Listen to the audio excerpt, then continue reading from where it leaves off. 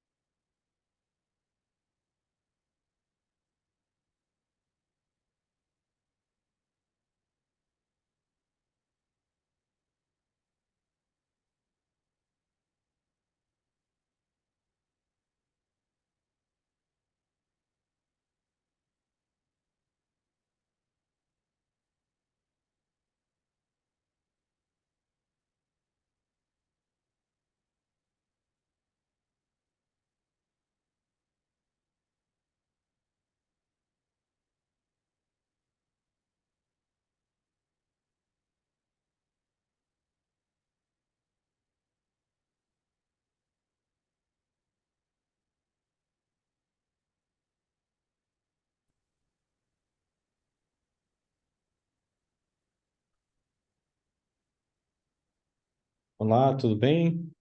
Oi, João. Boa tarde, tudo bem, Zé Antônio? Boa tarde. Temos a Júlia. Boa tarde. Oi, Júlia, tudo jóia? Mirna, boa tarde a todos. Ah, A Jory, eu já notei a presença aqui. Do grupo está faltando o Fernando e a Catiane. Eles vão entrar? O Fernando faz parte do nosso. Catiane, a nossa professora, ela não vai vir, mas o Ah, não vai Fernando. vir. Ah, ele vai entrar, o Fernando, tá bom.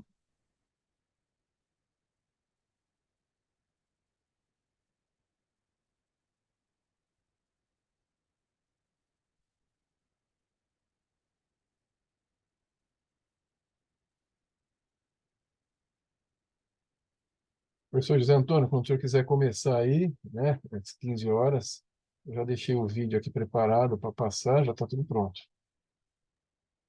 Ô, João, obrigado. Então, a gente vai fazer uma sequência a cada apresentação, a cada vídeo, nós paramos para fazer uma discussão, né? E tem esse catch-up no final, não é isso? Exato. Tá bom, tá bom. E você fica, João, muito à vontade também para colocar suas questões, né? Enfim. E aí, pessoal, eu recomendo que, como essa é uma primeira interação, a gente até tem que ser mais, digamos, sucinto, né? Nas respostas, que eu acho que não tem aquela tônica de ser crítico demais ao trabalho, né? Eu acho que se você chegar até aqui, dá muito louvor nisso, e eu acho que a ideia é ser construtivo, né?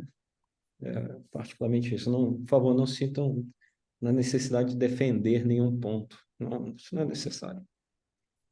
Tá tudo certo. Estamos entre pares aqui, né, João? Com certeza. Qual a unidade do Mackenzie que você é, professor? Na realidade, eu faço estou no doutorado no Mackenzie, terminando Ah, tá. meu doutorado no Mackenzie, né, e estou na iniciativa privada, né, Ah, trabalho. entendi. Sou daqueles que tem um pé em cada canoa, sabe? É, eu dou aula lá na pós-graduação do Mackenzie também, Ah, é? lá no, o pessoal, só que é pro de DevOps, né? É para a Ah, parte de que computação legal, ali. que legal. Eu estou na administração, então eu Ah, faço legal. administração. Fica lá no, na Consolação ali? Consolação. Consolação é. Esse semestre eu estou em Barueri, né? O semestre passado eu estava lá na Consolação, né? Legal. Tem três polos, né? Tem Consolação, tem Campinas e tem Barueri. Bom. Legal.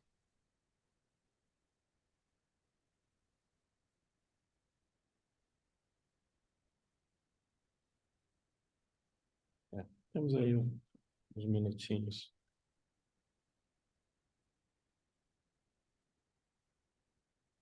Júlia, você é de que instituição? Oi, boa tarde. Vocês escutam? Um pouco de eco, talvez. Não sei se sou apenas eu. Eu acho que agora vai melhorar. Tá Melhorou. melhor? Bom, boa tarde. Eu sou da Unipampa, do mestrado de administração da Unipampa. Legal, Júlio. Santana do Livramento, Rio Grande do Sul. Ah, legal. Na divisa com o Uruguai. Estamos bem no cantinho do. É, então é bom que dá para o Uruguai comer um bom churrasco ali, né? Sim, um pancho. Um punch.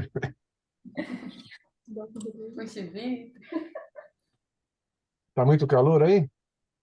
Olha, hoje esquentou um pouco. Esses últimos dias mudou o tempo, sabe? Tá bem calor.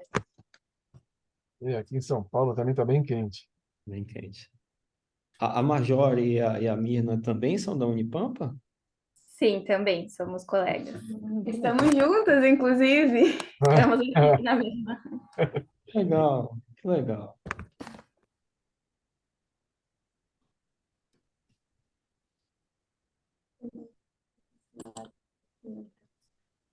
Mas, Esse aqui eu acho que é do outro grupo. é, Boa tarde. Boa tarde. olá, Angélica. Olá. Angélica é da GV, né, Angélica? Boa tarde. Da GV e da Uninove. Eu faço 2 doutorados, então sou das duas. Que legal.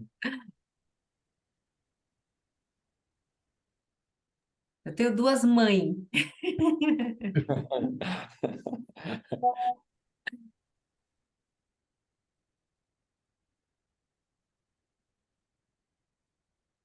E você faz ambas em tecnologia, administração, mas com aquele foco em tecnologia da informação. Isso. Só que na Uninove eu só estudo capacidades. E Ah, na GV eu estudo confiança em sistemas de informação. Aí eu estudo a tecnologia. legal. Em uma eu estou focada nas pessoas e na outra eu estou focada nos sistemas. Que bacana, que bacana.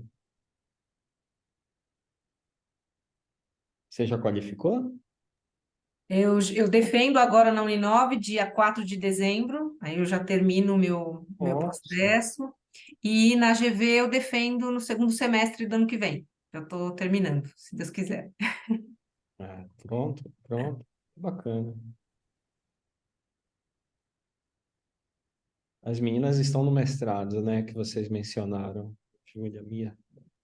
Exatamente. Eu fui a única que qualifiquei, estou quase para defender, e as gurias estão montando os projetos no Ah, segundo ano já.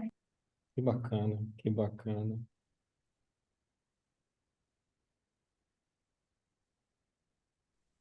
E, bom, imagino que esse é um artigo da disciplina. Sim, esse é um artigo da disciplina, mas é com a temática da minha dissertação e da Júlia também vai se encaminhar para a mesma questão. A nossa orientadora é a professora Catiane, a gente estuda o tecnoestresse. Legal. E nem é um tema atual, né? É, tem ganhado mais notoriedade agora, né? Mas já tá aí há um bom tempo. É, verdade. Bom, não, vamos ter que esperar. Ô, João, a gente vai ter que esperar, e desculpem, eu acho que é de bom tom nós esperarmos pelo menos 2 minutos, né? Quando ainda falta um minuto, pelo menos três, Ok. para ver se entra o pessoal. Senão a gente vai Eu já estou vídeo de discussões. colocando a presença para quem já entrou na sala aqui,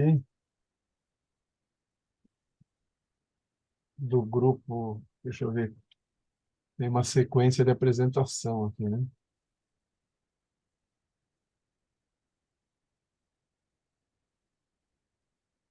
Deixa eu ver como que está aqui.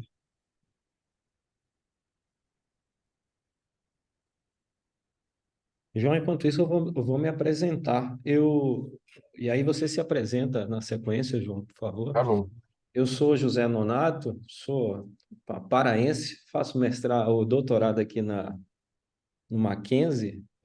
Tive a sorte de usar esse momento de pandemia para cursar todas as disciplinas de forma remota. Eu estou em São Paulo, mas é exceção, né? Eu normalmente estou lá em Belém. Enfim, qualifico daqui a pouquinho, né? Trabalho com o professor Gilberto Pérez na área de gestão da informação. Eu tenho interesse particular em cocriação de valor, a aprendizagem organizacional, que é o tema mais da da minha tese, né, que vou qualificar daqui a pouquinho. Bom, precisando de alguma coisa no Mackenzie, estou às ordens. Eu, na verdade, sou um profissional, me sinto um profissional da indústria, né? E o doutorado é aquele negócio que dá gostinho de fazer, né? Mas o dia a dia realmente são 25 anos de telecomunicações, né? Desde o meu primeiro emprego eu trabalho em telecom, sistemas e telecom. Então, sem fazer outra coisa. Bom, é isso, João, por favor. Eu sou o professor João Carlos, eu sou do Centro Paula Souza, né, aqui do governo do Estado de São Paulo, né. Estou atualmente com cargo administrativo na administração central. Estou na metade do meu pós-doutorado em inteligência artificial, faço pós-doc na Unip, né. Eu sou pesquisador e professor lá, né. Meu doutorado foi em engenharia biomédica computacional, sempre mexendo com a parte de ambientes aí. E agora eu estou com um projeto no CEAS aqui de São Paulo, né, que é do governo federal, com inteligência artificial para identificação de frutas aí. E estou aí um bom tempo também na área de computação, né, desde a área técnica, né, estou há 35 anos aí na área técnica e estamos aí para ajudar o que vocês precisarem. Bacana, João.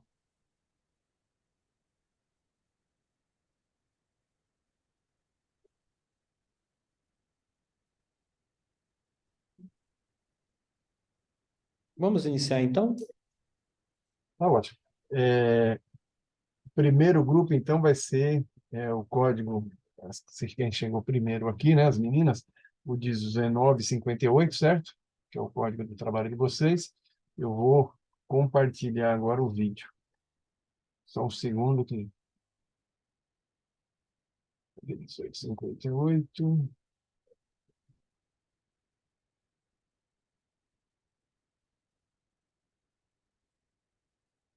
Compartilhamento aqui.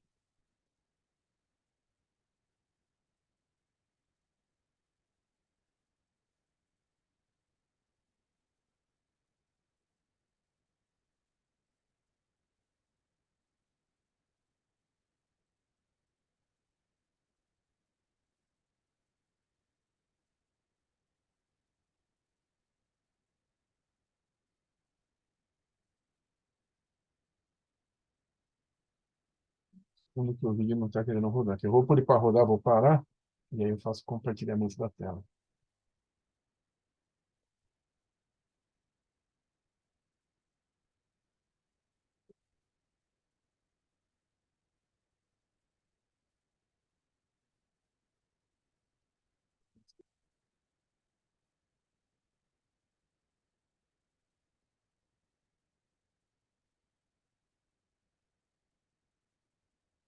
Vocês estão enxergando o vídeo? Já vimos. Sim, Esse estamos. aqui é o de Sim. vocês, né? Tá. Então, eu vou colocar, vou pedir só para vocês fecharem o microfone, eu vou fechar também para não ter nenhum problema. E vocês me digam primeiro se vocês estão escutando. Olá, esse trabalho intitula-se como um olhar sobre os desafios do Síndrome de Burnout e do Tecnoestresse, uma empresa de desenvolvimento de software. Meu nome é Marjorie. Eu sou a Jéssica. Temos o Fernando. Eu sou a Júlia.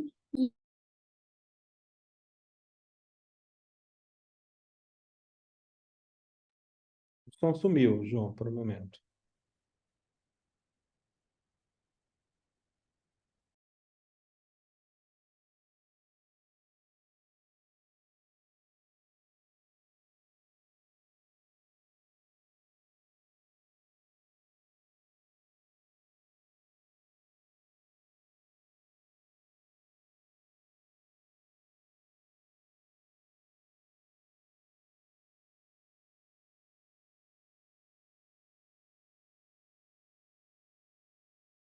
Continua sem som, professor.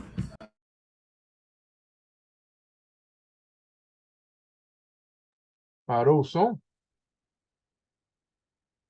Deixa eu colocar de novo. Sim, tá sem som. Isso. Está sem som, professor João. A gente só ouviu até as apresentações.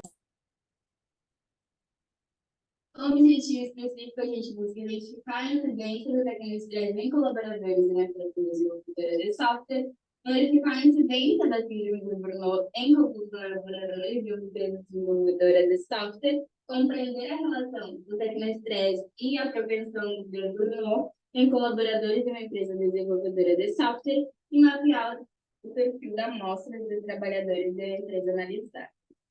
O referencial teórico foi dividido em 3 partes. Na primeira parte, abordamos o assunto da indústria de desenvolvimento de softwares, que aborda a adoção de softwares e uso das TICs com o intuito de facilitar os processos de negócio. Posteriormente, abordamos a ideia do tecnoestresse, que é a inabilidade de lidar com as tecnologias. Depois vem o tópico da síndrome de Burnout, que afeta as pessoas em razão da profissão e é considerado uma doença ocupacional. O método de estudo utilizado foi de caráter descritivo, abordagem quantitativa, método survey. A técnica de coleta dos dados foi um questionário online. Técnica de análise dos dados foi a estatística descritiva, correlação de Pearson, regressão linear múltipla. A análise dos resultados destaca que o perfil dos respondentes são de 71 desenvolvedores de softwares. Destes, 63,4 são homens, com idades entre 19 e 65 anos. Bom, na análise dos resultados, conforme a tabela 4, os 5 construtos do tecnoestresse, que são as variáveis independentes desse estudo, obtiveram médias de 2,23 e 3,21, e baixos desvios padrões. Enquanto a média do construto de síndrome de Burnout, que é a variável independente, ficou com média entre 1,66 e 3,57. Conforme a tabela 5, onde foram analisadas as correlações entre o burnout e o tecnoestresse, pode-se verificar a correlação moderada entre o esgotamento emocional e a tecnoevasão, assim como o esgotamento emocional e a tecnosobrecarga. Conforme a tabela 6, segundo os resultados, 52,8% das variações no esgotamento emocional podem ser explicadas pelo modelo. Pode-se inferir que quanto maior a tecnosobrecarga, maior será o esgotamento emocional. Assim como, quanto maior a tecnoevasão, maior será o esgotamento emocional também. Como considerações finais, a gente tem as contribuições teóricas, né? Esse estudo ele explora uma conexão nova das análises entre o tecnoestresse e a síndrome de Burnout. As contribuições práticas vão falar que o estudo serve como base para outras empresas do mesmo ramo, né, que busquem atentar para essas questões relacionadas à saúde dos colaboradores, criando práticas de gerenciamento e bem-estar, com o intuito de evitar a proteção das doenças ocupacionais como a síndrome de Burnout. Quanto às indicações, esse estudo se apresenta a questão de ter sido realizado apenas em contexto, ou seja, na cidade do interior do estado do Rio Grande do Sul, né, na região noroeste. Como sugestão desse futuro, recomenda-se ampliar a nota, analisando assim outras empresas, né, desenvolvedoras de software presentes em todo o estado do Rio Grande do Sul. Como referência, a gente trouxe as principais aqui e agradecemos a oportunidade.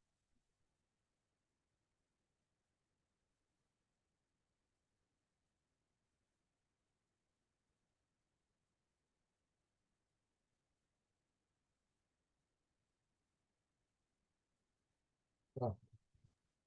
Terminou a apresentação, aí dentro do prazo estipulado, agora eu passo a palavra para o professor José Antônio. Obrigado, professor João. Bom, gente, eu tenho alguns comentários aqui a fazer, mas antes eu elogio o trabalho, né?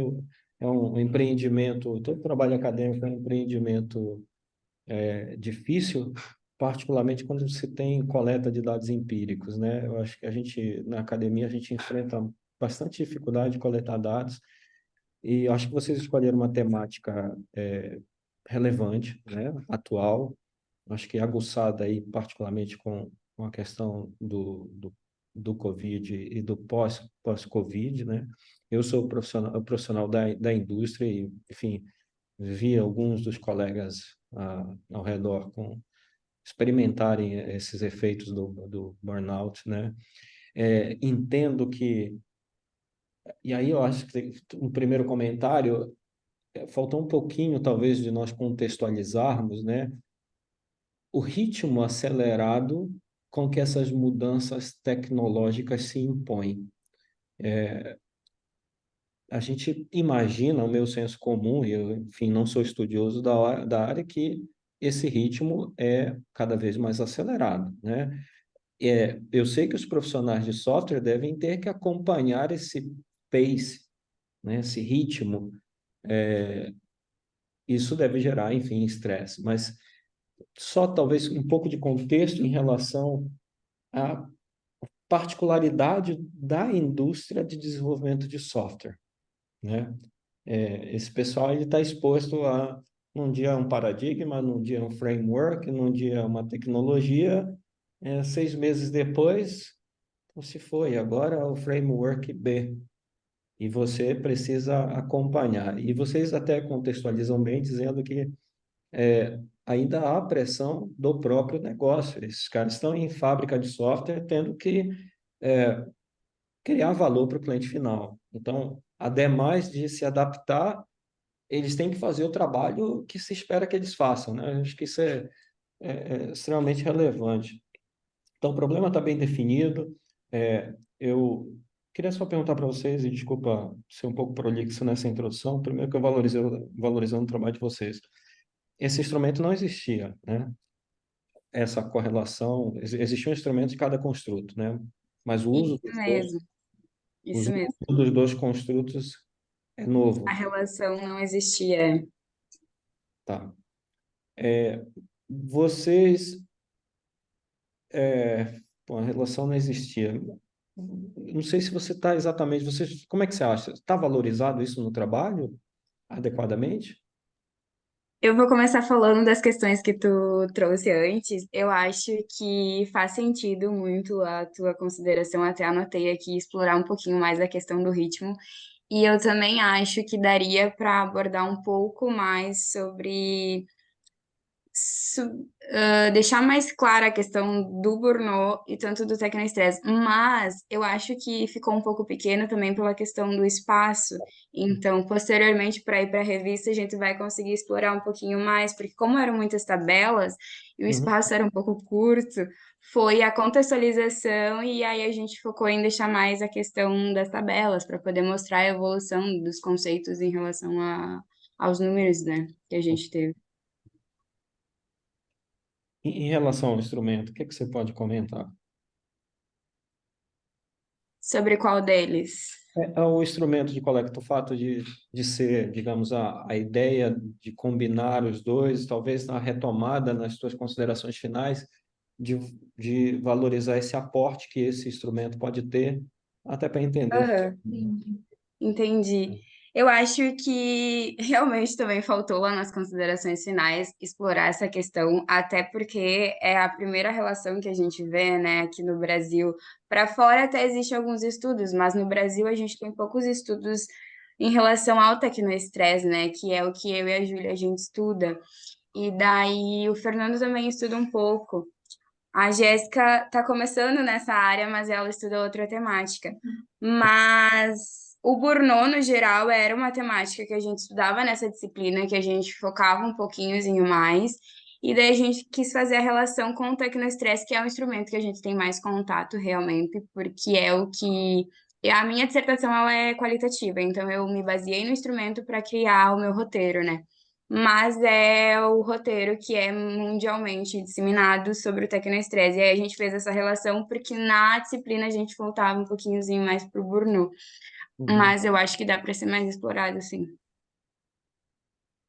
Não, perfeito, perfeito. E obrigado aí pelos esclarecimentos. Eu acho que os comentários são muito mais no sentido de contribuir. Eu não vou me apegar a alguns detalhes. Eu teria até prazer de passar um e-mail para vocês com algumas coisinhas que a Com gente certeza! A gente ia ficar muito feliz se tu observando, né, pudesse. da parte estatística, algumas frases ali que podem ser melhoradas para evitar aquela crítica, né? O legal dos eventos é isso, né? É que a gente vem para contribuir, né? Aprender. Cada sessão é um aprendizado assim gigantesco, não só com o nosso, mas com os dos outros, né?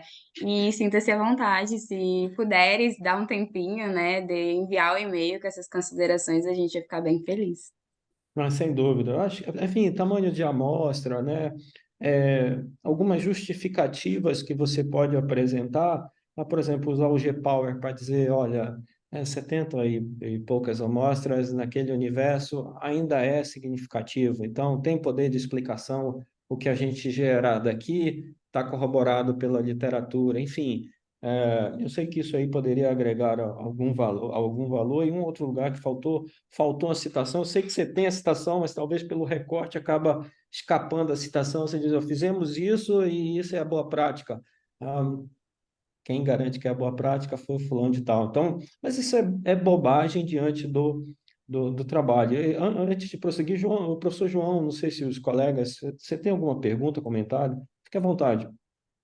Não, parabéns às meninas aí, eu acho que é um tema bem relevante, né? Eu estudo bastante aí o soft skill e o hard skill, então isso vai muito para a parte de soft skill, a necessidade do pessoal da área de TI ter esse treinamento, porque, na verdade, eles são considerados como nerds, né? Então, eles estão muito pensando em uma solução, né? Isso gera estresse, isso gera burnout, isso gera um monte de problema, né?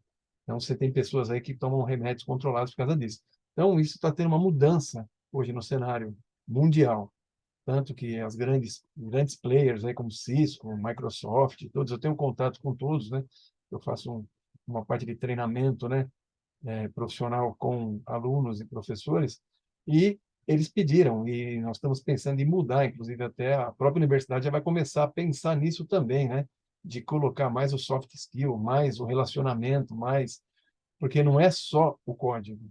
Desenvolver, a pessoa pode ser muito bom. O problema é que essa geração de estresse, aí, muitas vezes, geram doenças aí, até cardíacas. Você tem casos aí de AVC, de infarto, né? Que o cara não conseguiu entregar um sistema. Então, isso é um absurdo, né? Mas parabéns pelo trabalho de vocês, né? É um mestrado, acho que dá para vocês partirem para o doutorado aí e explorar bastante aí também. Bom, nós temos aqui também a líder suplente, que é a Suzane. Se ela quiser comentar alguma coisa, fique à vontade. Ah, tá certo. Boa tarde. Eu também achei esse trabalho bem interessante. Eu só queria sugerir, assim, de repente, né, vocês acharem interessante acrescentar contribuições envolvendo a sociedade. Porque esses trabalhadores, eles estão dentro da sociedade. Então, quando eles adoecem, está repercutindo, né, na sociedade em geral também. Então, assim, e eu acho que quando vocês estão trazendo esses dados e mostrando como modifica esse cenário, vocês estão contribuindo com a sociedade também. E aí existe a ODS, né, da ONU, que são metas globais, e acredito que a terceira meta, ela está relacionada com o bem-estar. Então, eles procuram trazer esse bem-estar, né, metas globais, que é para contribuir com o bem-estar da sociedade em geral. Então, eu acredito que nesse trabalho de vocês dá para tirar essas contribuições e aí estaria agregando, né, para você. Eu sei que é bem assim, um trabalho bem assim tecnológico, né, mais para essa área, mas por que não também pensar, né, no social? E aí vocês avaliam se cabe ou não. Primeiramente, obrigada pela fala do professor João, né? Suzane, eu adorei, assim, o que tu comentou sobre a questão dessa relação com as ODS. Não tinha realmente me atentado a essa questão.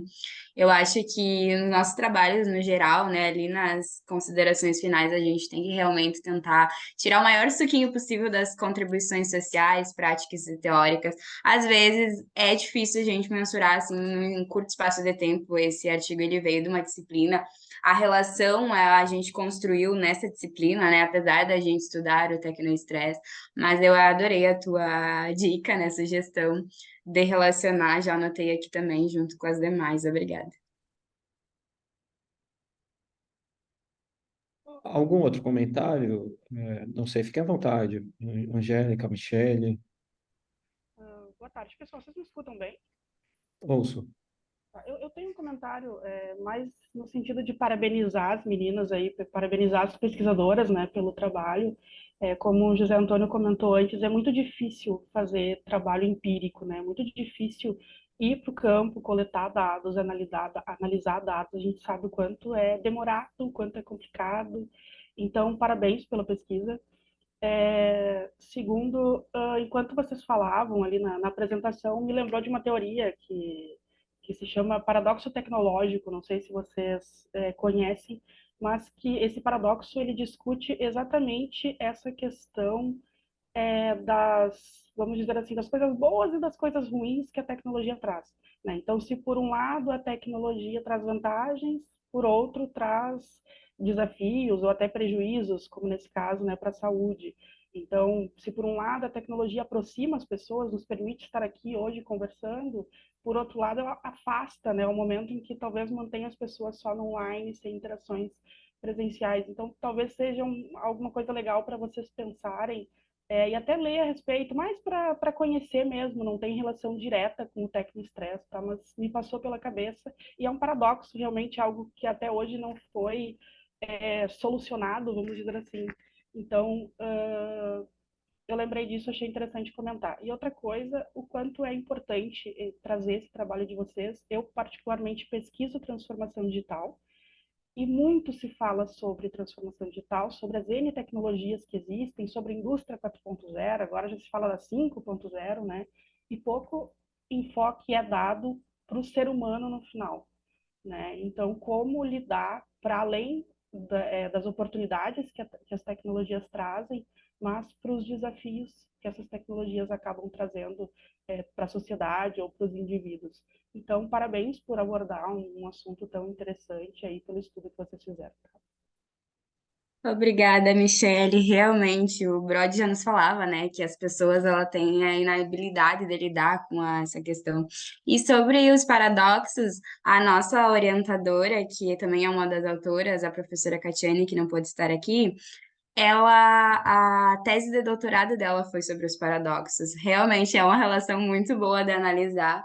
E tu sabe que falando sobre essa questão, né, do positivo e do negativo, na minha dissertação eu falo sobre o eustresse e o distresse, que seria o positivo e o negativo em relação mais focado ao tecnoestresse. Mas é uma relação que pode ser explorada também. E pensando na relação entre o tecnoestresse e o burnout, né? O que viria de positivo e negativo é muito interessante o teu pensamento. Obrigada. Não, obrigado, obrigado. O professor João, você me permite 30 segundos? Aproveitando o comentário da Michele, então, nós temos uma mina de ouro, são esses dados que estão aí. Esses dados foram custosos para coletar, etc. Então, Foram realmente, porque o acesso às empresas de tecnologia hoje em dia é muito difícil, né? Então a gente teve que correr. E nós estávamos aqui em Santana do Livramento. E essa coleta ela ocorreu lá em 3 de maio, então era só por e-mail, WhatsApp e falando com o pessoal do RH para a gente conseguir, sabe? Foi bem custoso, realmente. então, eu acho que a última dica é aproveitar para valorizar esses dados. Então, talvez algumas variáveis de controle, eu vi a questão da população entre masculino, feminino. Estão as mulheres mais propensas? Sei que isso é um tema polêmico, mas, enfim, estariam os homens mais propensos? Eu sei que o público, na sua maioria, é de homens. Enfim, talvez essa discussão, que os dados já estão ali, e você, através de métodos estatísticos, dá para ter um olhar também diferente sobre isso, né? Enfim, mas parabéns, novamente parabéns. Dá muita discussão porque o trabalho está bem estruturado e a gente tem essa condição de discutir. Obrigado. Obrigada por essa nova sugestão, né, de explorar mais com a questão estatística o feminino e o masculino, realmente. Ainda tá vendo até, desculpa, uma descrição talvez mais, um pouco mais densa sobre a empresa. Que empresa é essa? É realmente fábrica? Fábrica de software? Qual a característica? Enfim, um pouquinho sobre, porque você imagina que um trabalho quantitativo a gente quer saber esse fenômeno se repete em outros lugares e você pode ajudar o leitor a saber, moxa, uma fábrica de software lá em Belém deve estar passando pelos mesmos problemas que no Rio Grande do Sul. Enfim, eu acho que é legal esse.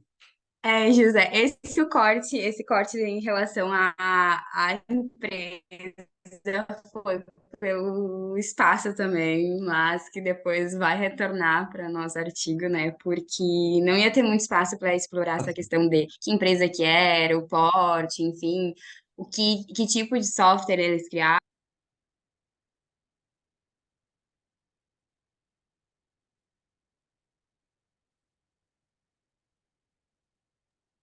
Ficou mudo, né? Ficou mudo. Tá bom, até achei. Mas tudo bem. Tá, Obrigado. Professor João. ok. Então, vamos passar agora para a segunda apresentação, a Angélica, né, que entrou. O outro rapaz não vai vir, o Fernando, que está com você. Não vai ter apresentação do outro artigo, professor João? Não, não, não, vai ter. É que tem que ter pelo menos uma pessoa aqui, né? Então, aqui está a Angélica. Deixa eu abrir aqui o controle.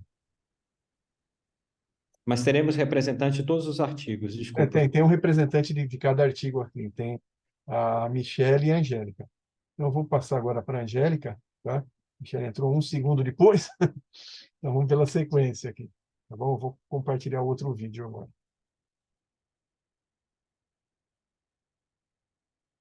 Vamos lá.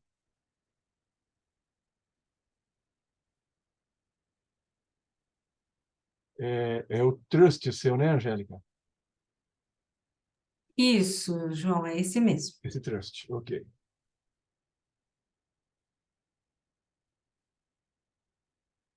Deixa eu fazer um compartilhamento aqui.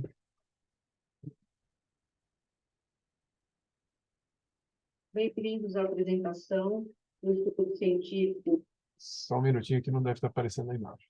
Isso.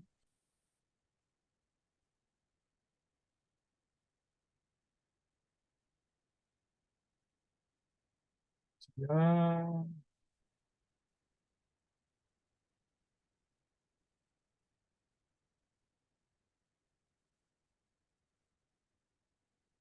mais um minutinho aqui. A máquina trava a apresentação bem na hora que precisa, a hora que ela trava.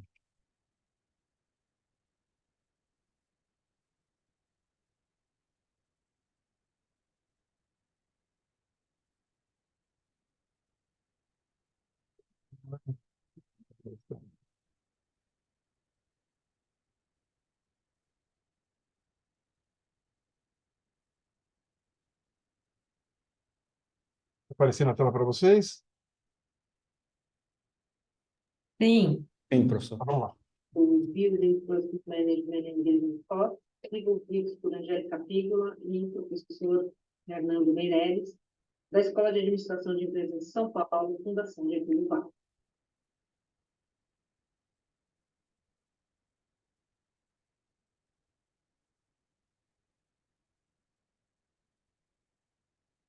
As questões de segurança de informação hoje são extremamente relevantes para todos os negócios.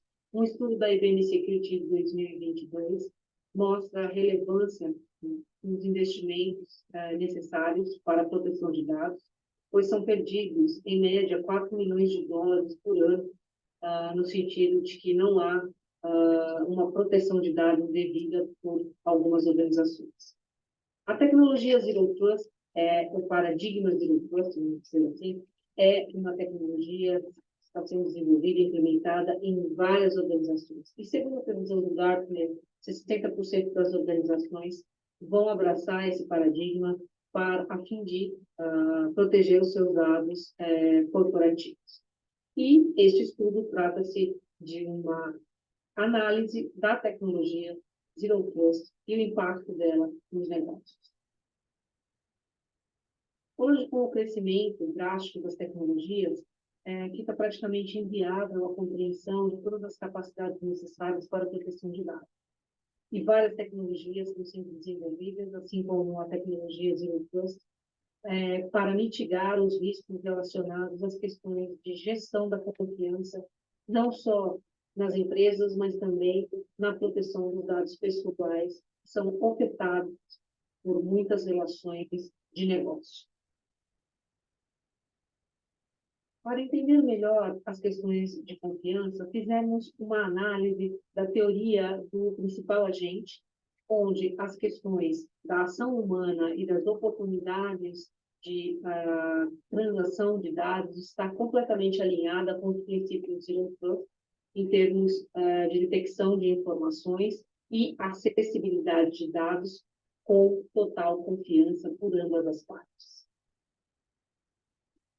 Neste estudo, fizemos um paralelo teórico com essa teoria principal agente para identificar quais são os pontos relevantes da construção de confiança entre empresas, usuários, consumidores, governos, cidadãos, no sentido de identificar quais são os principais impactos na gestão da tecnologia e e como essas soluções podem ser construídas de forma a trazer maiores benefícios para ambas as partes.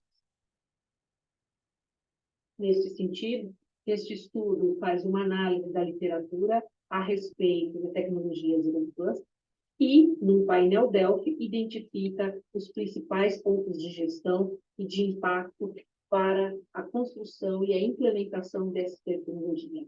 Através da pergunta de pesquisa, quais são os desafios de gestão no domínio de eletrônica, nós pretendemos identificar esses desafios. A abordagem metodológica para esse estudo foi uma revisão de literatura de 131 artigos, seguindo um protocolo PRISMA, e também a análise dos abstratos através do algoritmo LDA, para identificar os principais tópicos relacionados ao tema de pesquisa Zero Cluster. Os resultados mostram, em termos de literatura, que a tecnologia Zero Cluster está fundamentada em vários tópicos, entre eles a própria telecomunicação, a inteligência artificial, metaverso, questões de saúde, e os tópicos que nós identificamos na análise dos resumos de cada artigo, pudemos também analisar o mainstream da tecnologia Zero Trust em questões de desenvolvimento de sistemas de confiança, arquitetura e acesso a dados. No painel Delphi, nós analisamos 40 itens junto aos especialistas e apresentamos aqui os mais relevantes de acordo com a opinião de 17 especialistas diferentes. Identificamos questões voltadas à cultura organizacional, a processos tecnológicos que necessitam de mudança, investimentos e custos relacionados e a análise de risco e de compliance para que a tecnologia Zero Trust possa ser implementada e aceita e também entendida por todos os executivos e funcionários das organizações. Para tanto, então, colocamos em um framework como a tecnologia Zero Trust pode estar encaixada na teoria principal da gente para a construção da confiança entre principal e agente. Importante ressaltar que os princípios de Zero Trust são a conjunção de ações de sistemas de confiança com arquitetura adequada, uma inteligência de cibersegurança e também a identificação de devices, softwares e aplicações que são monitoradas em tempo real para que se tenha certeza de que quem está acessando uma aplicação é realmente a pessoa identificada e evitar o risco de invasões e perda de dados. Este estudo é relevante para a prática e para a teoria, pois demonstra a complexidade da adoção de um paradigma de cibersegurança na construção de uma postura mais robusta para as organizações e também para os acadêmicos que podem explorar um pouco mais a questão da relação principal agente nas questões de segurança de informação. Entendemos que o paradigma do Zero Trust é o futuro das empresas, no sentido de que as questões de confiança são elementos chaves para a proteção de dados em todas as organizações. Essas são as principais referências e agradecemos a audiência.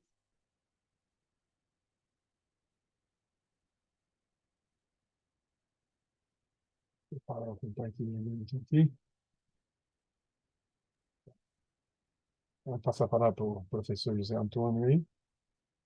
Obrigado, João, e muito obrigado, Angélica, por trazer esse tema diferente, né? Um tema que não é, teu trabalho mostra que não é apenas tecnológico, né? Tem outras dimensões, questões culturais, etc., questões contratuais,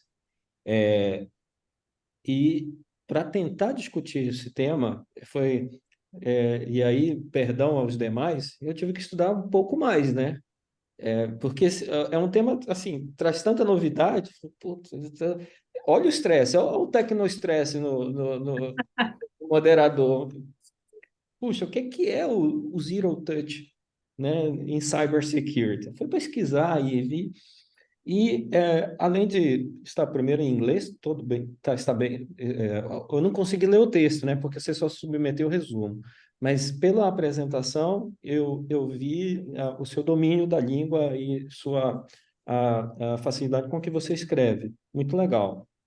Inclusive, todos os trabalhos, né? Diga-se de passagem, já é desafiador fazer o trabalho em português e todos o fizeram bem, então está bem escrito, né? É, particularmente esse que desafiador em inglês. O tema é complexo, Angélica. Eu senti falta, como não sendo uma pessoa tão tecnológica, senti falta de uma metáfora. Para quê?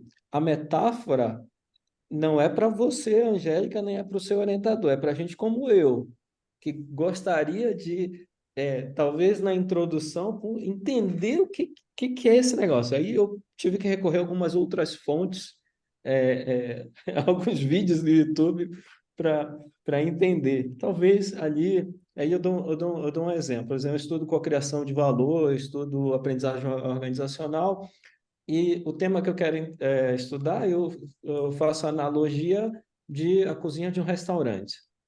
É muito legal fazer com que os clientes visitem a cozinha. O que talvez não seja tão legal é fazer com que alguns desses clientes cozinhem para outros clientes.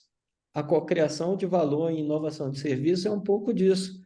E eu acho que quando você faz a metáfora, não sei se eu fui feliz na minha, mas eu acho que dá um clique, né? Então, a metáfora do Zero Trust primeiro, não vou confiar em ninguém. Parece que todo mundo que está andando em casa é de casa. Não é verdade.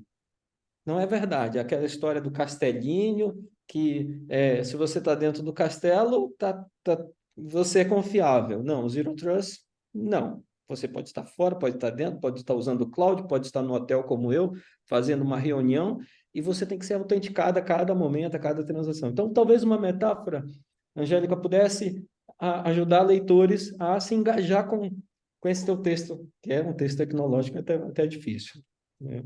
Primeiro, como sugestão, né, se você me permite, porque eu poderia passar uma boa parte do tempo só elogiando, e os elogios você já os tem. O trabalho você é da GV, é um trabalho que está bem estruturado, como das meninas bem robusto, enfim. Só uma sugestão aqui. Eu queria te fazer uma pergunta. Deixa eu ver se eu acho entre as muitas notas, pular por todos os elogios e ir. Como é que você chegou nesse tema de pesquisa? Bom, vamos lá. A gente tem hoje no Brasil vou dizer assim, não temos uma visão correta sobre cibersegurança. E conversando com especialistas, né, ou pessoas do meu networking, esse assunto sobre a não visibilidade tecnológica, o que as tecnologias fazem, ou a tecnologia Zero Trust aconteceu numa conversa com um especialista de uma empresa grande que na verdade, a detentora da maior tecnologia Zero Trust no mundo. E ele começou a me falar dos problemas, né, relacionados, problemas organizacionais e não somente tecnológicos, de vender essa tecnologia e de adotar a tecnologia. E aí me abriu, né, um ponto de interrogação gigante, para tentar, através do Zero Trust, começar a entender os meandros da confiança em sistemas de informação, principalmente na cibersegurança. Então, foi assim que eu cheguei nesse tema de pesquisa. Legal. E eu agradeço o seu comentário, e João vai me controlando aí, que eu às vezes estou dando uma viajada. Você acompanha que esse advento de ecossistemas e plataformas de software é um lugar de encontro, onde várias partes interessadas, né, desenvolvedores de aplicativos, o dono da plataforma, os vários clientes, enfim, as várias partes interessadas se unem, se juntam, né, transacionam nesse ambiente comum. E eu imagino que esse ambiente ele deve prosperar na presença de segurança, enfim, de questões que precisam ser resolvidas, né? A outra equipe fala, a outra equipe não, mas o outro trabalho fala de RP na nuvem. Um dos primeiros critérios para a adoção desses ERPs é se tem segurança, né? Como seus dados são tratados, enfim. E há uma conexão muito grande sobre esses temas, né? As empresas que provêm soluções da nuvem precisam resolver esse tema de confiança, né? Confiança da transação. Talvez ali uma contextualização você faz da relevância do problema de data breach. Mas há um outro tema que não é só ter o que representa, na verdade, você deixa de fazer negócios se você não embarca nessa nova tecnologia. Vai chegar um momento, pelo que eu entendi das estatísticas, que não ter uma plataforma com Zero Trust implementado vai ser problemático, né? O que acontece hoje é que nós temos uma caminhada em direção à Web 3.0, que é a hiperconectividade na internet, sem grandes provedores atuando, né, nessa conectividade. As questões da tecnologia Zero Trust, elas são muito focadas na literatura, na parte tecnológica, no hard, no tech. E isso aumenta a complexidade de entendimento. Só que hoje, as questões organizacionais estão impactando muito mais do que a questão tecnológica. Então, o objetivo, obviamente, do uso do paradigma, que está sendo usado até para depois ser disseminado para outros paradigmas, porque na cibersegurança você tem vários paradigmas, o Zero Trust é um deles, você considerar as questões de gerenciamento, né, da tecnologia. E aí é por isso que a gente uniu literatura, e você pode ver que no estudo a literatura está muito mais tech do que o Delphi. Então, a intenção foi juntar realmente dois métodos no trabalho, a fim de mostrar o que a literatura não traz e o que é preciso criar em termos de conteúdo, com base numa teoria, e a teoria que eu escolhi foi a Principal Agent, no sentido de trazer o tópico para a academia, porque a gente hoje está muito focado em ecossistema, como você mencionou, na interligação de pessoas para fazer negócios, e aí eu falo que entra empreendedorismo, entra uma série de coisas, mas a questão da cibersegurança, ela ainda não está permeando na academia em todos esses tópicos. A gente ainda está bastante restrito a sistemas de informação, e é por isso que a gente não faz tanta abertura para demonstrar na prática o uso dessa tecnologia. Primeiro porque ela está muito restrita a grandes provedores, ela ainda tem um custo elevado, então a gente não consegue ver a tecnologia em empresas comuns, na prática, e a gente não conseguiu ainda, dentro dos aspectos teóricos, a estruturar um conceito de gerenciamento. Então, a intenção com esse trabalho foi usar um paradigma para começar a construir esse conceito, que faz parte, obviamente, da minha tese de doutorado na GV, que é trazer o conceito de segurança, de confiança, perdão, para a segurança de informação. Porque a gente ainda está muito preso no tecniquez do como fazer, do algoritmo, dos problemas técnicos que a tecnologia gera. Então, eu estou trazendo para a administração um tema que é complexo, eu sei que mas foi o desafio que eu abracei, e enfim, a gente... É um belo desafio, né? Um belo desafio. A gente está tentando mostrar, obviamente, para a academia o que considerar num paradigma de cibersegurança. Eu só usei o Zero Trust como uma ponte, mas qualquer paradigma de cibersegurança você vai ter questões culturais envolvidas, problemas de risco e compliance regulatórios, problemas de processo e, obviamente, também problemas de investimento. Mas eu acho que a tua escolha é até ainda mais feliz. Eu passei um tempo tentando entender algumas as tuas escolhas, né? Pelo tempo que nós temos, enfim. Mas eu acho que eu estou numa ótica privilegiada, que é a ótica da ignorância dos temas. Aí me permite fazer algumas perguntas bobas. Quando a gente fala de trust management, a gente fala, né, tradução literal, gestão da confiança. O zero touch, ele parece estar lá do outro lado do espectro, eu não confio em ninguém, sabe? A gestão da minha segurança não interessa. Se você é amigo do João, significa nada. É do Mackenzie, não vai entrar, tem que autenticar, tem que mostrar, e a cada passo, é como se cada passo dentro do Mackenzie eu tivesse que mostrar que eu sou nonato e E eu você? é legal porque é o extremo, né? Como é que você faz a gestão de confiança e isso vai para ecossistema, vai para tudo, né? Mas ao mesmo tempo você tem o desafio de ser seguro, né? Isso pode gerar uma tensão, né? Enfim. E isso, na verdade, no meu segundo estudo da tese, que foi entrevistas, não dentro desse trabalho, essa questão que você aponta aparece em executivos. A gente tem um problema cultural no Brasil. Você trabalha comigo há 10 anos, eu confio em você. Você não precisa passar por autenticações. Não há necessidade. Você é minha pessoa de confiança. Tanto que a gente usa muito nas empresas, a pessoa tem cargo de confiança.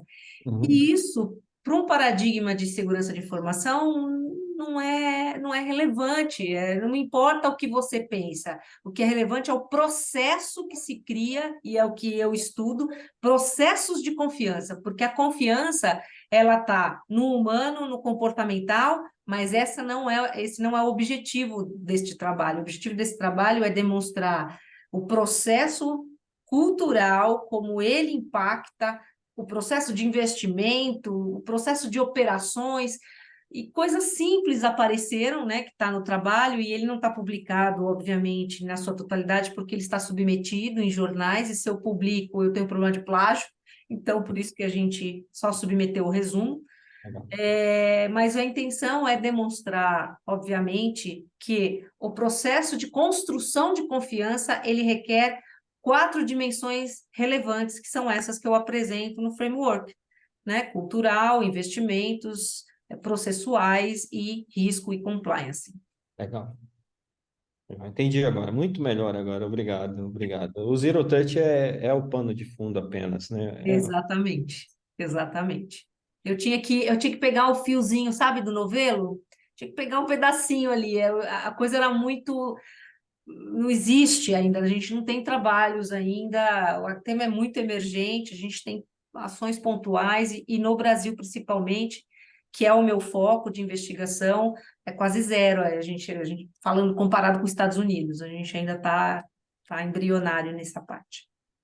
Abrir para os demais, ô professor João, você tem alguma coisa, por favor? Não, parabéns, Angélica. Eu sou da área de segurança também, né? Eu mexo com tecnologias que garantem a segurança.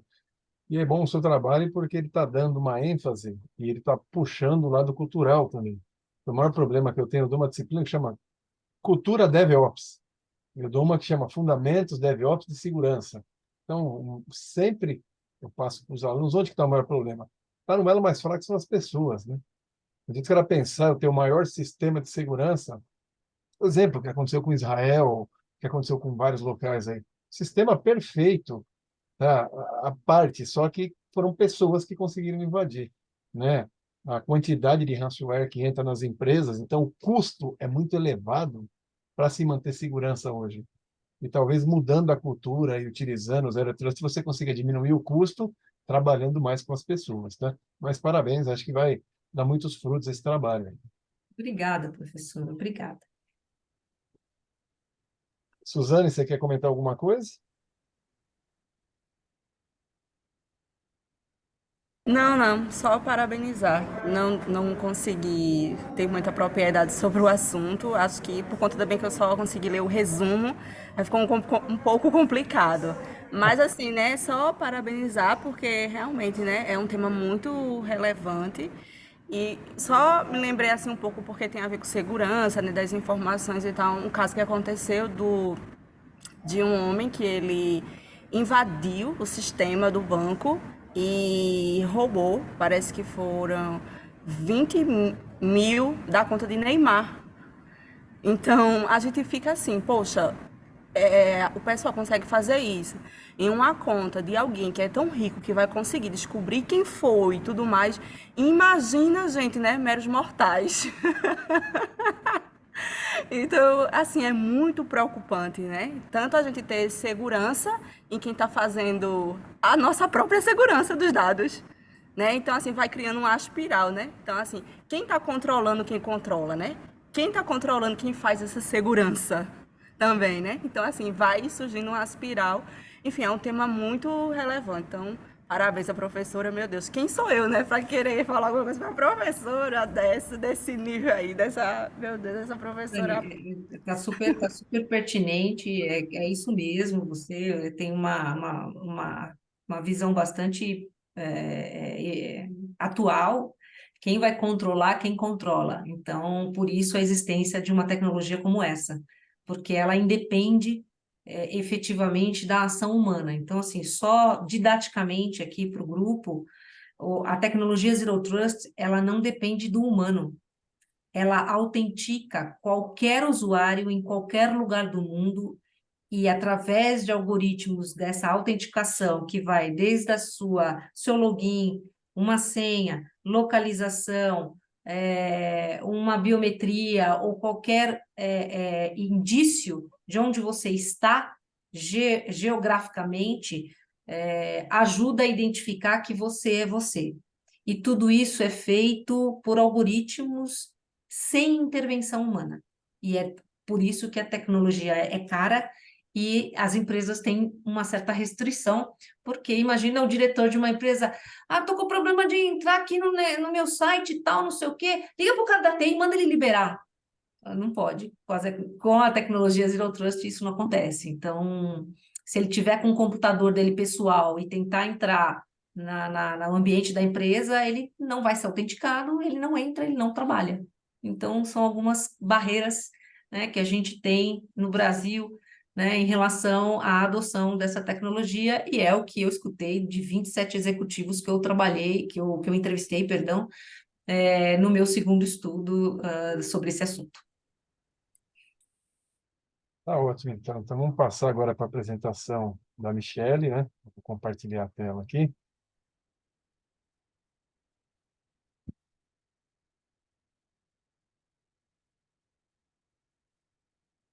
Telinha. Um segundo.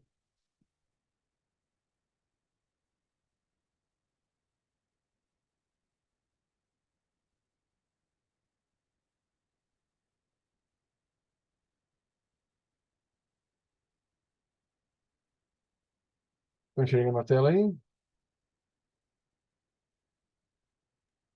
Sim, então. Vendo. Uhum. Sim.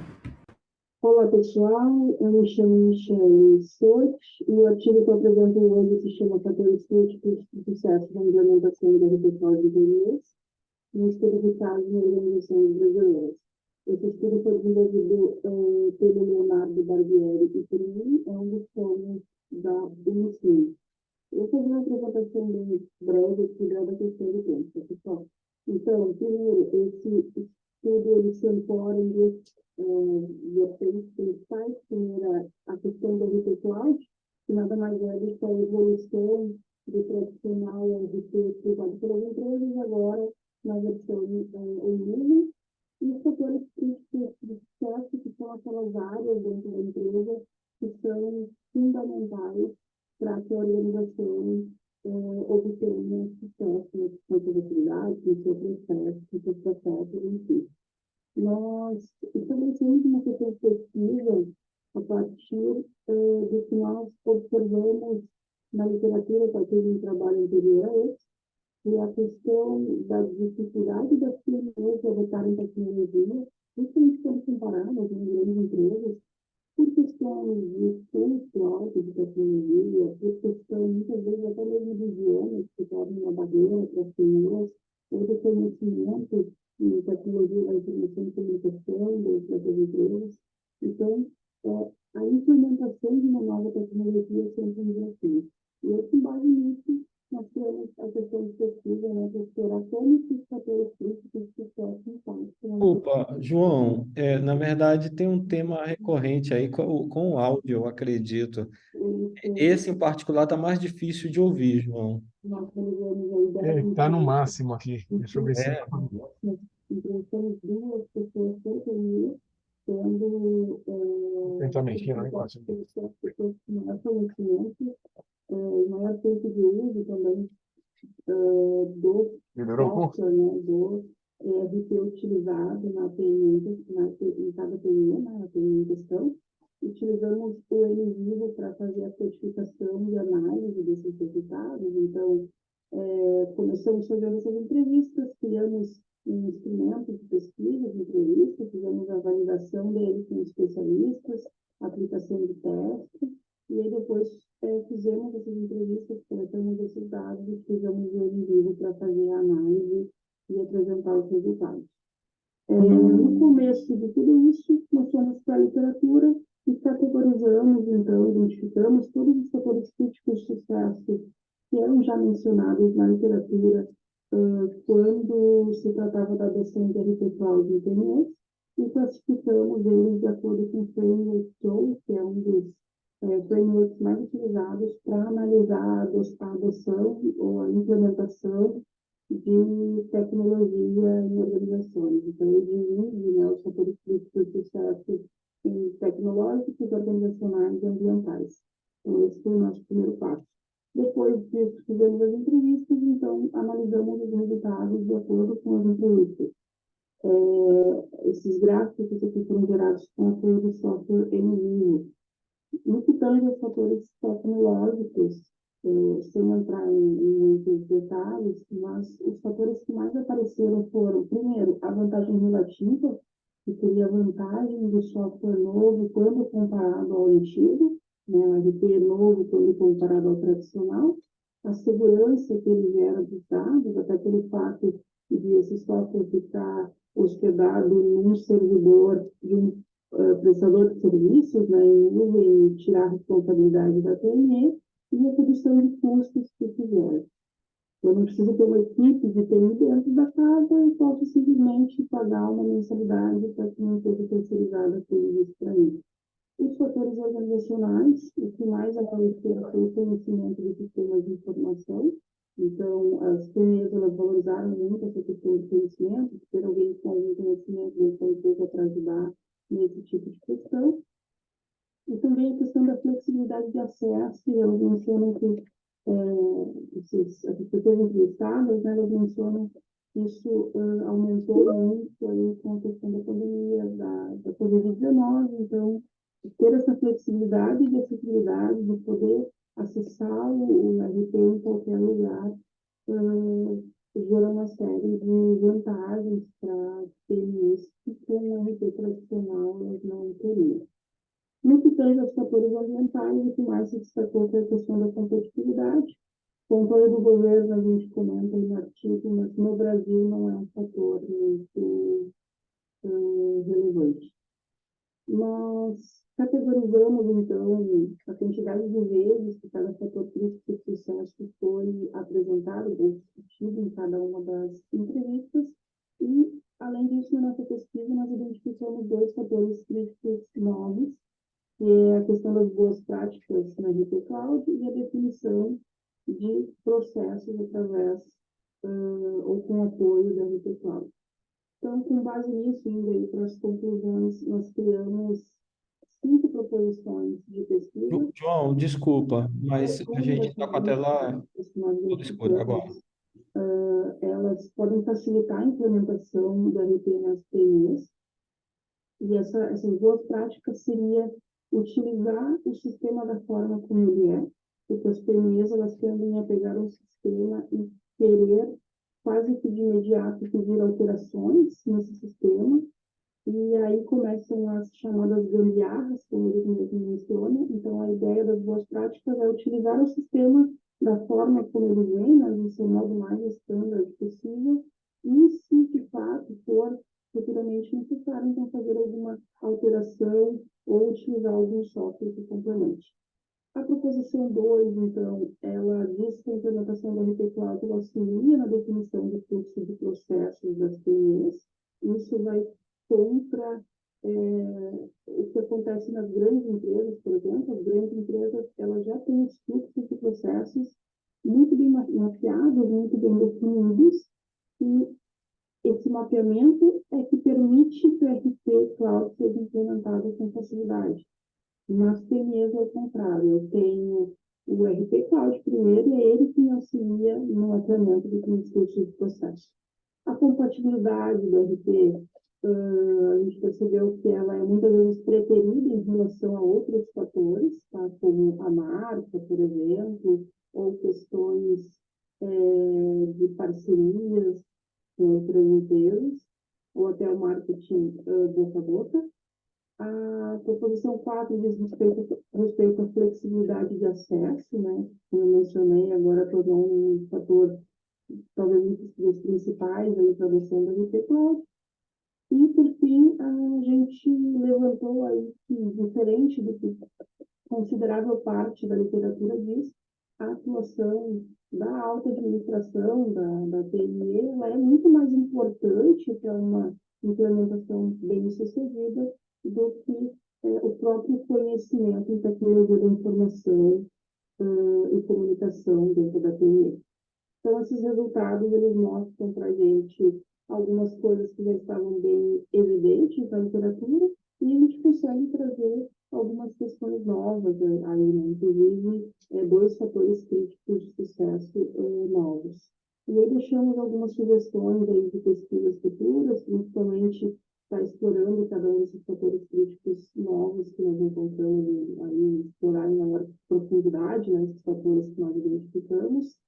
E a gente espera que o nosso estudo ele contribua de 2 formas, né? Então, uma com a literatura, fazer essa identificação desses fatores críticos de sucesso, e outra com as PMEs e com as empresas que prestam serviços de RP em nuvem, para que essas consigam fazer uma implementação bem-sucedida do RP Cloud.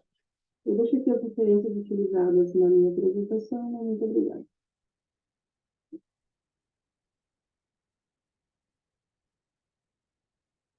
Bom, deu tempo certinho. Passar a palavra para o professor José Antônio. Obrigado, João, muito obrigado. A minha Michele, né, que traz esse trabalho. A primeira coisa, Michele, que eu queria te comentar, o trabalho está muito bem costurado, né? Acho que, passado o susto de ter revisado a novidade que a Angélica trouxe, aí eu encontrei um tema onde eu estou mais familiarizado. Eu volto à zona de conforto, né, que é plataforma, adoção, fatores críticos de sucesso, e, e isso não torna o trabalho menos importante, ao contrário, aí você responde a um problema de pesquisa, que é um problema de interesse da indústria, né? Enfim, como é que a adoção de RPs Cloud, enfim, quais são esses fatores que facilitam, né, essa adoção.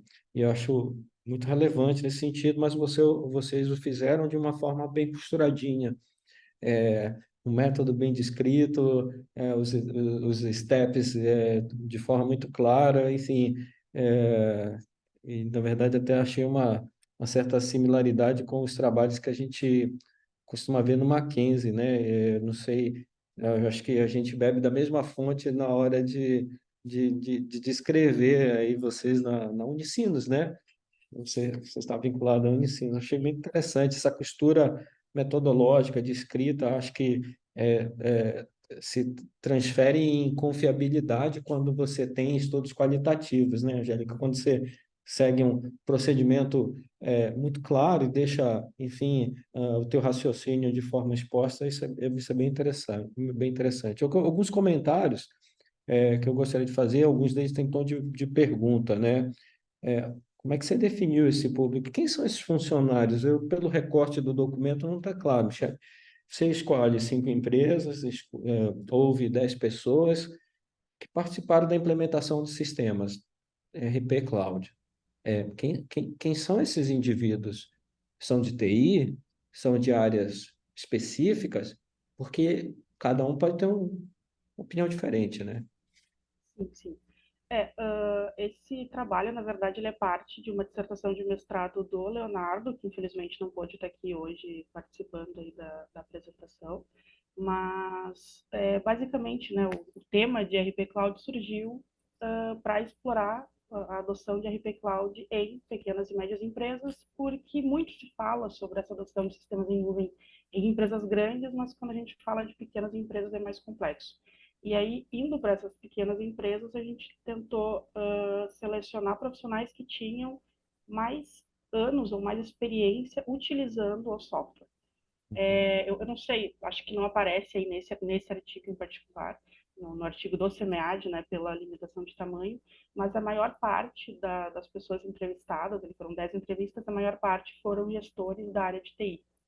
E alguns donos, né, proprietários de empresa que acabam tomando a frente quando se trata de uma pequena e média empresa, então são as pessoas que têm mais conhecimento.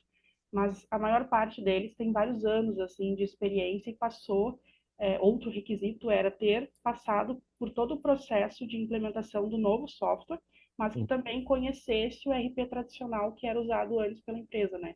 Então, que pudesse fazer a comparação entre o sistema tradicional instalado localmente na empresa com o RP novo instalado em nuvem. É interessante. Interessante o que você falou, porque eu imagino que os clientes, os usuários finais, não têm o mesmo olhar que os gerentes de TI sobre a adoção do sistema cloud, né? Não deve estar, porque se eu entendi a sua argumentação do artigo, né?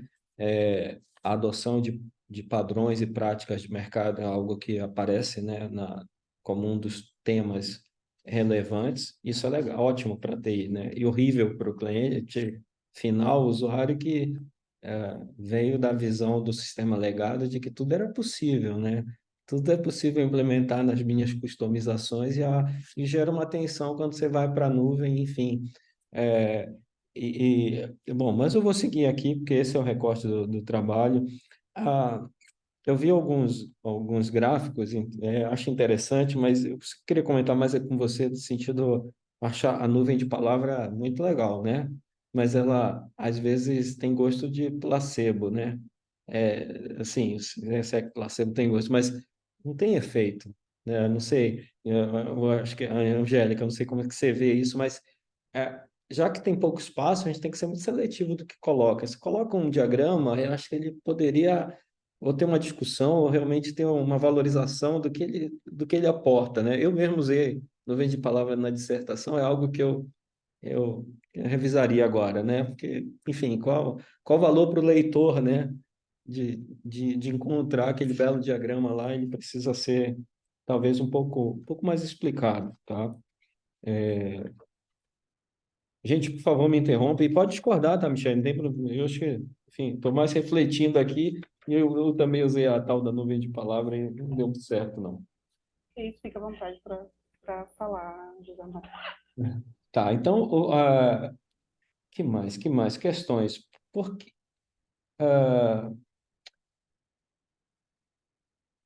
me chamou a atenção, porque a escolha da plataforma. Por que você acha que a escolha da plataforma, a plataforma, não é um fator crítico de sucesso? Fatores como segurança, etc., aparecem, mas questões como relacionadas ao provedor, né? Se esse provedor ele tem algum atributo que facilita a adoção desses sistemas. É que vocês estudaram 5 empresas. Eu não sei se características do provedor apareceram. Você vê isso de alguma forma no estudo? Não sei se você consegue comentar. Eu achei que há um pouco de desacoplamento em relação ao próprio provedor da plataforma cloud.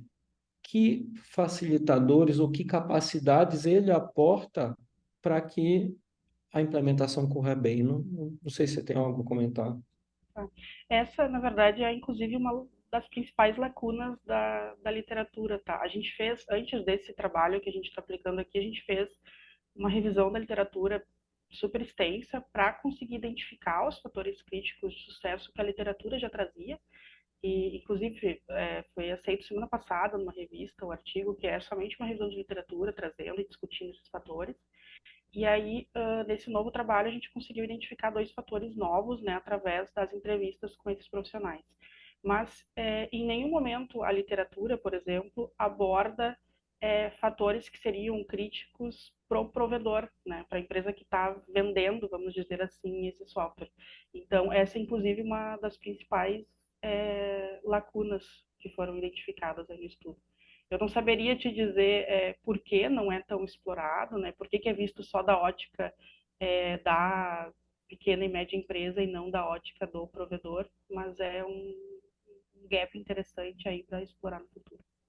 Eu imagino que sim, porque o fato de ter parceiros que usem a mesma plataforma, vocês pincelam isso lá no artigo. É, acho que transfere um pouco de confiança de que é uma boa escolha, enfim. Então, eu imagino que esses fatores de rede, né, quanto mais gente tem na plataforma, mais valor ela tem para outros e para aqueles que chegam. Enfim, pode ser interessante essa abordagem. Que mais? Bom, é que eu não tenho nada a comentar do método. Eu fui procurando, eu anotei várias coisas, querendo pincelar o que eu poderia ter de contribuição, sabe? As empresas, elas vinham de sistemas, não teve muito lá a caracterização das empresas pelo espaço. A maioria delas tinham sistemas legados, elas estavam acostumadas a ter customizações, coisas in-house, né, ou soluções de mercado, mas que fossem para elas. É, vocês não tinham espaço, não conseguiram fazer uma discussão sobre isso. Muitas dessas empresas tinham, inclusive, por exemplo, tinha uma equipe de software antes interna, e essa equipe de software, né, equipe que era 1 ou 2 pessoas, basicamente, que eram as pessoas que desenvolviam esse sistema dentro da empresa e que o mantinham. Então, qualquer alteração que os funcionários, que a gestão, enfim, precisasse, ia lá e solicitava, e eles, né, na medida em que fosse possível, obviamente, implementavam isso dentro do sistema. E essa é uma das, talvez, reclamações dos outros profissionais da empresa, né, não dos de TI, mas dos outros, é não conseguir mais fazer as modificações, exatamente como você falou, não ter mais essa flexibilização de fazer mudanças dentro do sistema. Então, talvez o principal ponto negativo para ele seja isso. Pô, eu não consigo mais, eu quero um relatório personalizado, eu não consigo mais fazer. E as PMEs que passaram a adotar o RP em Cloud, elas pegam um sistema mais fechadinho, né? Normalmente, muitas vezes é em módulos, inclusive, então libera lá o módulo financeiro, o módulo estoque, módulo, enfim. E aí, em alguns casos, elas conseguem, junto com o provedor, fazer alguma mudança do sistema, mas dependendo do tamanho do provedor é muito caro. E aí, ou as PMEs precisam arcar, né, integralmente com a mudança no sistema, ou precisam esperar que outras empresas requisitem essa mudança no sistema para que aí sim o provedor tenha vontade, vamos dizer assim, de fazer essa mudança, né, dentro No roadmap. Exatamente. Então, todas essas, acho que todas elas, não me recordo, mas muitas delas mencionaram que então acabam optando, vamos dizer assim, por usar o RP Cloud tal qual ele é e, à medida do possível, utilizar outras ferramentas juntas ou além, né, adicionais ao RP para conseguir trabalhar com outras funções ou com outras coisas que atendam à necessidade deles. E aí, por um lado, o RP Cloud passa a suprir algumas demandas, algumas necessidades da empresa, mas, por outro, joga os funcionários para outros softwares, né, para outras plataformas, enfim, Excel, muitas vezes, para solucionar problemas que o RP aí não atende. Que a plataforma não resolve. Exato. Eu percebi uma questão em relação ao turnover. É interessante porque o fato de você ter uma solução cloud, você tem processos padronizados, etc. Você faz essa discussão e isso, obviamente, tem impacto, que aquele profissional de TI que antes era insubstituível, porque era customizado, ele tinha que ficar lá, senão para a empresa, não vende, né? Não controla estoque, não funciona. Agora, ele não é tão necessário, né? Enfim, eu imagino que um estudo na sequência disso aí poderia esse trabalho desdobra outros estudos, né? Por exemplo, olhar outros clientes, o cliente final disso, né? Talvez um qualitativo sobre a visão não dos fatores críticos do sucesso, mas os impedimentos, que eles devem ter criado vários, né? Enfim, saber que perderam várias coisas. E aí um outro olhar sobre o impacto que isso teria sobre o profissional de TI, que antes era desenvolvedor e agora vira um gestor de demanda, né? Ou ele vira um gestor de negócio, ele é um cara que media o que o cliente quer versus o que a plataforma oferece, enfim. Bom trabalho é isso, Michele, ele dá essas discussões e eu abro aí, desculpa pessoal, para vocês se posicionarem, por favor. E obrigado. Parabéns, Michele, é um trabalho bem relevante aí, a parte de ERP Cloud está crescendo bastante, né? Ele está ligado à segurança, ele está ligado a erro zero, ele está ligado a tudo. Então, a vantagem que as pequenas empresas veem em ter um ERP, nesse caso, é diminuição de custo, tá? Porque o sistema legado ele é muito caro. Uhum. E mesmo você tendo uma equipe, como o professor falou, o cara fica doente, o cara não vai, o cara troca de emprego por causa de R$ 10, ele troca de empresa e deixa o sistema lá parado muitas vezes o código-fonte fica incompleto, fica faltando pedaço, né? Porque ele não teve uma responsabilidade, tá, ética com a empresa, então é bem complicado. Então, o RP ele veio bastante. Então, você tem a Alterdata, você tem a RP Flex, você tem um monte de RPs que são focados em empresas pequenas, né? Até a SAP tem o Business One, que é uma das soluções dela para menores empresas. E a ideia toda é foco-custo. Só que a gente não pode esquecer o outro lado, né? Que a infraestrutura também tem que permitir. É muito bom para fazer home office, é muito bom para você resolver os problemas. Acabou a energia na empresa, vai para casa e resolve lá. Só que se você não tiver uma base de infraestrutura, isso eu falo a nível Brasil, fica meio complicado ainda. Porque São Paulo, Rio, até uma parte do Mato Grosso, você pega Minas, você tem uma boa infraestrutura. Para que você sobe para a região norte, você tem sérios problemas de infraestrutura. E aí, muitas vezes essa solução ela começa a se tornar ruim, porque essa pessoa não tem uma contingência local, o sistema caiu. Muitas vezes o sistema via satélite não funciona, né? Então, mas é bem importante, né? Pontuar e o foco da pequena e média empresa, né? Nós estamos aí com novidades fiscais aí no futuro, e esses RPs vão ser muito importantes aí para dar. E o seu é mestrado ou é doutorado? O trabalho é de uma dissertação de mestrado. Mestrado, tá. Eu acho que dá para se encaminhar aí para um doutorado aí, né, para se aprofundar mais aí no caso, e até gerar soluções, né? Gerar um template aí para pequenas empresas, para como eles utilizarem e levar em consideração tudo, né? A segurança lá que a Angélica falou, a parte de cloud, tá, que você já explorou, e juntar tudo isso, né? E aí fazer uma boa publicação aí, tá? Mas parabéns a todos pelo trabalho, né? Nós estamos chegando ao final aqui. Agora são 16h18, então, mas, Suzane, você quer comentar alguma coisa?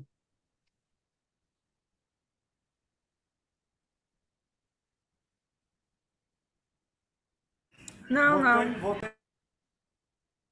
Então tá ótimo, vou passar aqui então para as considerações finais aí do professor José Antônio, depois a gente já faz o encerramento aí, tá? Bom, desejo muito boa sorte a todos aí que seguem na empreita de levar esses trabalhos adiante, seja aprofundando, seja publicando. Convido as colegas do Sul, lá da Unipampa, de seguir explorando os dados, que tem uma riqueza de dados aí, de talvez adicionar um olhar qualitativo, né? O que está acontecendo nessas equipes? Por que acontece? Quais as características dessas equipes? É um tema tão novo que a primeira abordagem com instrumentos já existentes é legal, mas uma abordagem qualitativa pode realçar aspectos que são particulares do Rio Grande do Sul, são particulares de equipe de desenvolvimento de software, e pelo jeito não deve ter muita gente trabalhando, escutando, né? Como é que essas pessoas lidam com o estresse? Enfim, e com a Angélica, muito boa sorte, sua empreita já está chegando aí ao final, uma pena que a gente vai ter que você deixe o suspense para a gente ler esse belo trabalho na íntegra em breve, e será no A1, né? Será no A1 Que que Deus te ouça, os anjos digam amém. amém, porque é inovador, é tecnológico e esse site de trazer a teoria do agente para ter um olhar sobre algo, quer dizer, uma teoria que já existe, consistente sobre algo extremamente inovador. Então, assim, essa combinação é muito legal. É do novo com o velho. Eu É, sempre falo. exatamente. Isso é uma quebra de paradigma. A gente não precisa criar teorias malucas para explicar essa abordagem doida que a gente tem tecnológica. Tem muita É. coisa legal que a gente pode usar. E isso é legal até para todos nós, né? Que como você disse, não precisa de algo novo, mas troca o zero touch, coloca outra coisa. A gente continua podendo usar os paradigmas, os preceitos, os fundamentos, a teoria formal, mais ampla, para entender um outro fenômeno. E isso é muito legal, né? Isso. Professor, eu posso fazer uma pergunta? Pode, por favor. Em relação assim, quando vocês estavam pesquisando, essa dúvida veio principalmente devido a esse último trabalho, né, sobre esse RP. Se havia assim uma preocupação com a questão da acessibilidade, se esses programas, se essas tecnologias estão se preocupando com essas pessoas que precisam de acessibilidade, né? Os PCDs, as pessoas com deficiências, se eles estão tendo essa preocupação de não só pessoas típicas, mas também de pessoas atípicas terem condições de utilizar, né, essas tecnologias. Acho que é a Michelle, né? Michelle, você tem algo a comentar? Olha, no nosso estudo, a gente não chegou a abordar nos questionários esse tipo de questão, não. E acho que também não identificamos nada na literatura, até onde eu me lembro, que discutisse esse tipo de questão. Então já fica aí uma sugestão para trabalhos Com futuros. certeza. Com certeza, com certeza. E que pergunta, né? E que pergunta. E acho que a gente deve isso ouvir agora no SEMEAD. Também estendo o convite que eu ouvi no professor da USP, porque é esse impacto daquilo que a gente trabalha. Às vezes o trabalho fica. A gente tem que ter a preocupação de não deixar o trabalho esotérico, né? Ele precisa ter impacto na sociedade, né? Essa devolutiva para a prática, enfim, e aí talvez o olhar da Suzane ela parte de um olhar daquele que é minoria, daquele que mas é também usuário, Isso. é também É parte porque, interessada nesse ô sistema. professor, é o seguinte, eu não sou dessa área, certo? Eu sou aluna do mestrado, né? Estou na minha coleta de dados ainda, então estou começando agora nesse universo de pesquisas, mas a minha linha é marketing e comportamento do consumidor. Só que como estava faltando pessoas, né, para a área de tecnologia, aí entraram em contato comigo perguntando se eu poderia ser suplente aqui. Então, eu disse, não, eu tenho disponibilidade. Então, assim, o meu olhar é mais para isso. Tanto que quando eu falei da ODS, é porque é algo que eu estou vivenciando na minha pesquisa, entende? Então, assim, aí eu procurei trazer, né, um pouco do meu olhar para ser uma purpurazinha, né, no trabalho tecnológico. Muito obrigado, muito bem-vindo. Gente, eu agradeço a oportunidade de ter aprendido com vocês. Professor João, por favor, suas considerações. Agradeço a participação de todos aí, sucesso, né? Estamos aqui na maioria em mulheres, né? Nós somos mulheres na TI agora, né? Inclusive tem vários grupos ligados à TI, né? E várias iniciativas de várias empresas aí, então parabéns. Continuem, quem já está no doutorado, termine e faça o seu pós-doc, e quem está no mestrado, continue, porque a gente precisa de muita pesquisa aqui no mercado, tá? Eu acompanho, faço parte de um grupo de pesquisadores aí, e o número aqui, vocês são privilegiadas em estarem aqui fazendo, porque, meu, se a maioria das escolas, principalmente as particulares, não se preocupam muito, né? Com exceção de Mackenzie, das grandes aí, não se preocupam muito com a pesquisa. E para o Brasil crescer, ele precisa de pesquisa, tá bom? Então, parabéns a todos. Eu vou fazer aqui o encerramento, né? Então, agora são 16h25, cumprimos o prazo, cumprimos o tempo, né? Eu já coloquei presença para todo mundo lá, então Uma boa sorte e uma boa tarde a todos. Tchau, pessoal. Muito prazer conhecê-los. Prazer. Tudo de Obrigada, bom. pessoal. Sucesso para Tchau, todos. tchau, até mais. Tchau.